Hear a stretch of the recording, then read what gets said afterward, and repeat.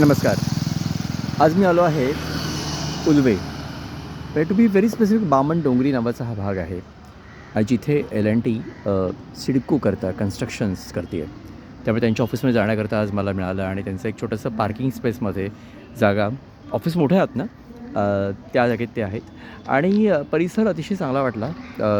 शांत, म्हणजे फारच शांत, कारण मुंबईमध्ये अशा प्रकारची रिकामी रस्त्याची सवय नाही आपल्याला. त्याच्यामुळं थोडंसं दुखावलं मनातनं, कारण दुपारची वेळ आहे, ऑलमोस्ट 2 वाजलेत.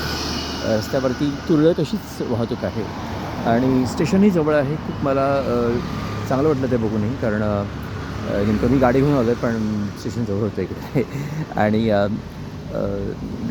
अतिशय सुरेख असं पार्किंग आहे. जनरली आपल्याकडे मुंबईत आपण नाही करत असं पार्किंग सुरेखपणे लाईनीमध्ये, आणि त्यामुळे ते मनाला जरा असं वाटतं की हे काय शिस्त पाळत नाहीत वाटतं ही लोकं मुंबईची, असं मला ते वाटलं. पण परिसर छान वाटला.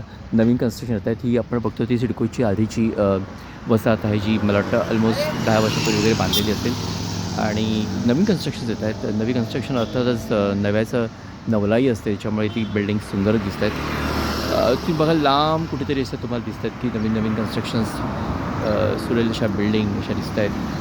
आणि मला वाटतं हळू सिडको च्या वसाहतीचा एक वेगळा प्रांत तयार झाला आहे आणि नवीन प्रायव्हेट कन्स्ट्रक्शनचाही वेगळा प्रांत तयार झाला आहे. तर असं हे सुरेलचं वाटणारं, सुरेख असं उलवे किंवा बावनडोंगरीचा हा भाग. भेटूया नंतरच. आणखी माहिती घेऊन येतो आहे. Vinay Poddar from the winning talks.